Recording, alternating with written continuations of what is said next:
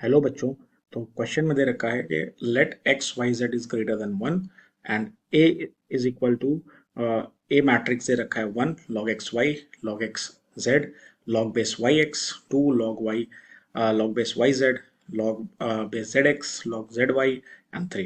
Then adjoint A square is equal to ना इसकी value हमको फाइंड करनी है। ठीक है, तो चलिए क्वेश्चन को स्टार्ट करते हैं। तो सबसे पहले देखिए, क्वेश्चन को शुरू करने से पहले आपको लॉग की एक प्रॉपर्टी पता होनी चाहिए। वो क्या होती है? That is log base a b. ये किसके इक्वल होता है? Log base b upon log base a, है ना। Log b upon log a, ये बेस चेंजिंग प्रॉपर्टी होती है।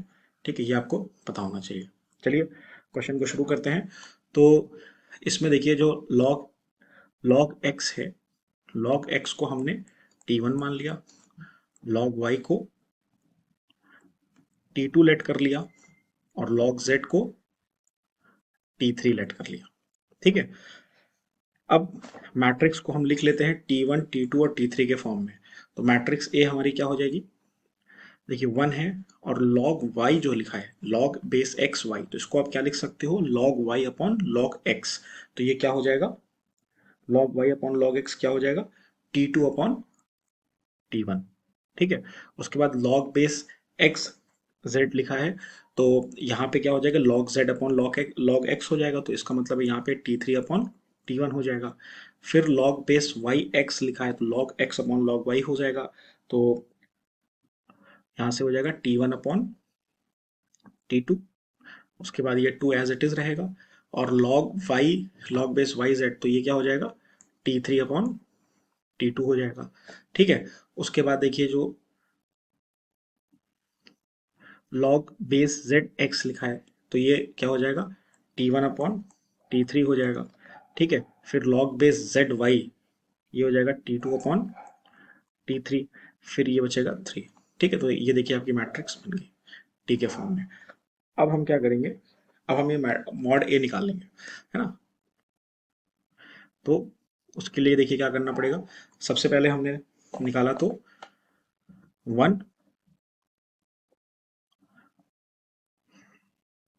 वन को आपने रखा, तो थ्री टू ज़ा सिक्स माइनस, उसके बाद देखिए ये जो है ना, t t two upon t three into t three upon T two, ये क्या बचेगा? वन बचेगा। ठीक है, उसके बाद minus t two upon T one आ जाएगा बाहर, और अंदर क्या बचेगा?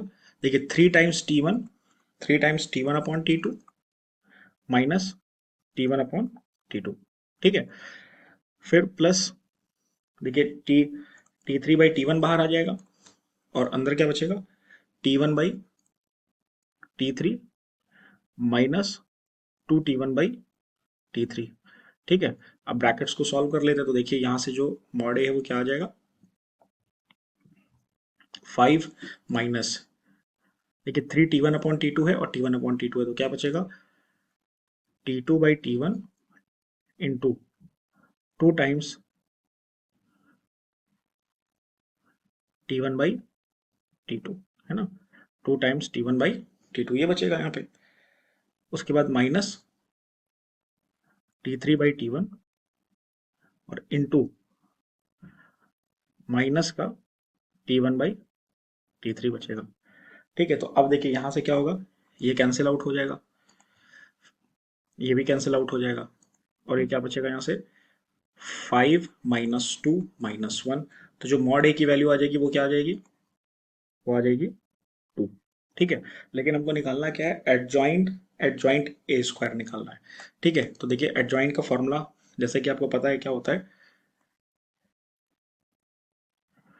एडजॉइंट ए क्या होता है? मॉड ए एन माइनस वन। ठीक है, उसके बाद देखिए एडजॉइंट एडजॉइंट ए होता है A n minus one whole square. ठीक है, तो थ्री बाई थ्री का मैट्रिक्स है, तो एन की वैल्यू टू होगी, तो यहाँ से देखिए क्या वैल्यू आ गई?